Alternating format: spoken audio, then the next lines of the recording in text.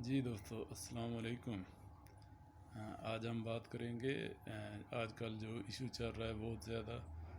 Social media پہ بھی بہت زیادہ ان ہے آج کل آرمینیا اور آذربائیجان کے درمیان جو جنگ جاری ہے، جو 27 ستمبر سے دونوں ملکوں کے درمیان یہ جو جنگ ہو رہی ہے، اور تقریباً 8 روز میں دونوں اطراف کے سینکڑوں لوگ اس لڑائی میں ہلاک ہو چکے ہیں۔ تو میں آپ کو یہ بتانے کی کوشش کروں گا کہ یہ ان دونوں کے درمیان تنازع ہے کیا، اس تنازع کی جو ہے وہ تاریخ کیا ہے، دونوں ممالک کی جو ہے وہ اسٹرینتھ کیا ہے، ویکنس کیا ہے، اور پاکستان اس میں کیا کردار ادا کر سکتا ہے۔ تو شروع کرتے ہیں تھوڑا ہسٹری میں۔ تو اس تنازع کا بیک گراؤنڈ اس طرح ہے کہ یہ جو دونوں ممالک ہیں، آرمینیا اور آذربائیجان، یہ دونوں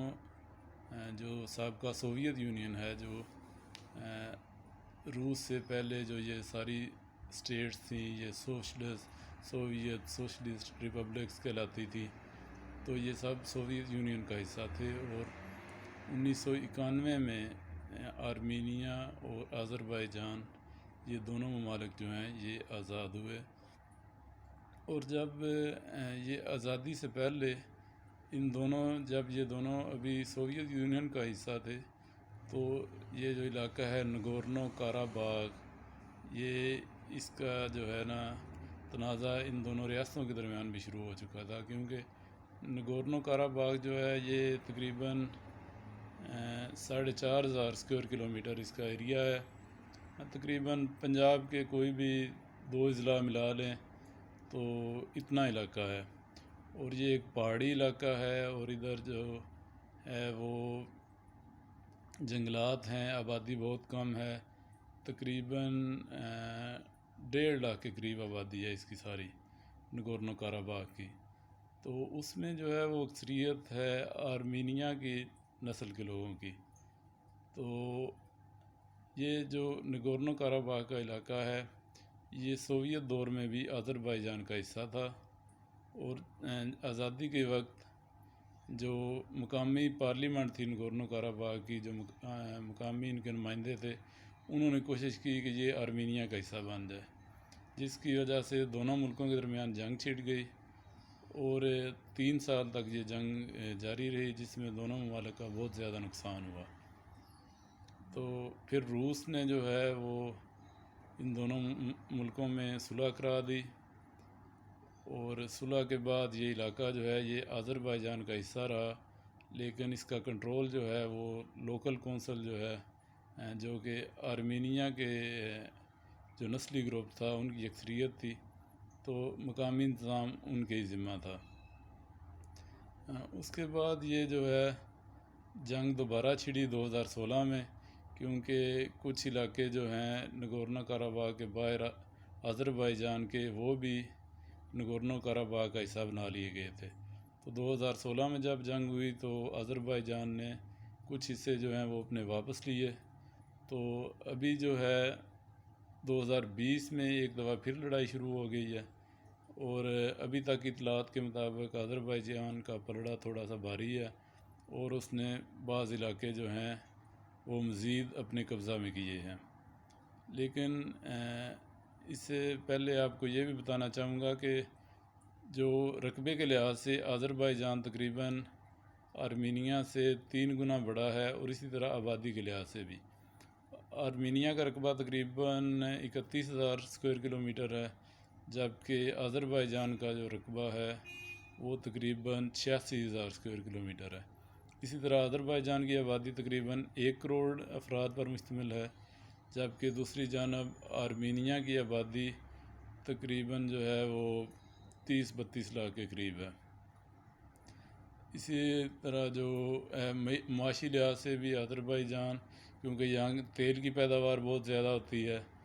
اور ان کا جو ہے وہ GDP وہ تقریباً 6 گنا زیادہ ہے آرمینیا سے۔ تو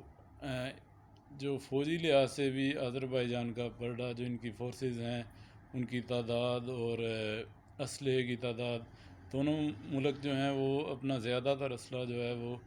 روس سے خریدتے ہیں۔ تو اس طرح آذربائیجان کو اس لڑائی میں کافی ایڈوانٹیج حاصل ہے، اور اگر یہ لڑائی زیادہ دیر جاری رہتی ہے اور صلح نہیں ہوتی تو امید ہے کہ وہ نگورنو قراباغ کا علاقہ جو ہے وہ واپس لے لے گا، اور یہ علاقہ جو ہے وہ اقوام متحدہ بھی تسلیم کرتی ہے کہ یہ آذربائیجان کا حصہ ہے، اور اگر وہ یہ علاقہ اپنے مکمل کنٹرول میں لے لے تو اس میں کسی اور ملک کو کوئی اعتراض نہیں ہونا چاہیے۔ اب دیکھیں گے کہ ریجنل طور پر کون سے ملک جو ہیں وہ آذربائیجان کے حامی ہیں، تو اور کون سے ملک جو ہیں وہ آرمینیا کے حامی ہیں۔ آذربائیجان جو ہے وہ ایک مسلمان ملک ہے، اور تقریباً اس کی 96% آبادی جو ہے مسلمان ہے، اور مشرق کے لحاظ سے دیکھیں تو یہاں پہ شیعہ جو ہیں تقریباً 60% سے زیادہ جو ہے وہ مسلمان آبادی شیعہ ہے۔ لیکن دلچسپ بات یہ ہے کہ ایران سے زیادہ ترکی جو ہے وہ آذربائیجان کو سپورٹ کر رہا ہے، اور اس کی وجہ یہ ہو سکتی ہے کہ نسلی لحاظ سے آذربائیجان میں اکثریت جو ہے وہ ترک نسل کی ہے، اور ان کا نسلی تعلق جو ہے وہ ترکی سے بنتا ہے، اور مسلکی تعلق، مذہبی تعلق جو ہے وہ ایران سے بنتا ہے۔ لیکن ایران کے آرمینیا سے بھی بڑے اچھے تعلقات ہیں، تو ایران جو ہے وہ تقریباً جو ہے نا وہ غیر جانبدار ہے، اور اس نے ثالثی کی بھی پیشکش کی ہے دونوں ملکوں کو کہ میں آپ لوگوں کی ثالثی کراتا ہوں، ہم ثالثی کرائیں گے، جبکہ ترکی جو ہے وہ کھلا آذربائیجان کا حامی ہے۔ اب علاقے میں سب سے بااثر ملک روس ہے، تو روس جو ہے وہ دونوں ملکوں کو اسلحہ بیچ رہا ہے، اور اس کو تو فائدہ ہی ہوگا، دونوں ملک لڑائی لڑتے رہیں۔ روس اس میں تنازع میں اس وقت شامل ہوگا جب کہ تیسرا ملک جو ہے وہ اپنی انٹری دے، چاہے وہ کوئی یورپ کا یا امریکہ یا مغربی ملک ہو یا ترکی ہو یا کوئی بھی، اگر ڈائریکٹ انٹری دے گا تو پھر روس بھی شامل ہوگا۔ تو ویسے اس کو کوئی اتنا جو ہے نا اعتراض نہیں ہے تنازع پر، ابھی تک وہ اپیلیں کر رہا ہے کہ دونوں ملک جو ہیں وہ تحمل کا مظاہرہ کریں اور اپنا جو ہے جنگ بندی کر لیں اور پرامن طریقے سے تنازع کو حل کریں۔ جہاں تک پاکستان کا تعلق ہے تو پاکستان جو ہے ترکی کے بعد دوسرا ملک تھا جس نے آذربائیجان کو تسلیم کیا تھا، تو پاکستان اور دوسری جانب آرمینیا سے پاکستان کے سفارتی تعلقات نہیں ہیں، تو پاکستان سفارتی لحاظ سے بالکل آذربائیجان کے ساتھ ہے، اور پاکستان کی حکومت، عوام سب اپنی اخلاقی سپورٹ جو ہے وہ آذربائیجان کو دے رہے ہیں۔ جہاں تک فوجی سپورٹ کا تعلق ہے تو یہ ابھی صرف افواہیں ہیں، پاکستان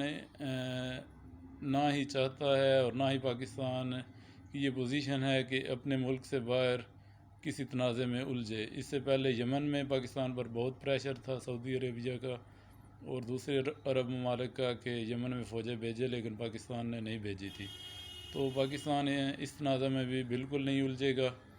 ہاں، سفارتی لحاظ سے، اخلاقی لحاظ سے پاکستان آذربائیجان کو سپورٹ کرتا رہے گا، اور اگر اسلحہ کی کوئی ڈیل اگر انہیں چاہیے ہوگا، لیکن اس کے بھی امکان کم ہیں، کیونکہ آذربائیجان جو ہے وہ روس سے اسلحہ خریدتا ہے، ترکی سے اسے اسلحہ مل رہا ہے، اسرائیل سے بھی آذربائیجان کو اسلحہ مل رہا ہے، کیونکہ اسرائیل بھی جو ہے اس کی تیل اور گیس کا ایک بڑا خریدار ہے۔ آذربائیجان کافی تیل اور گیس کی وجہ سے بہت امیر ملک ہے، تو اس لحاظ سے دیکھیں تو جنگ میں سفارتکاری میں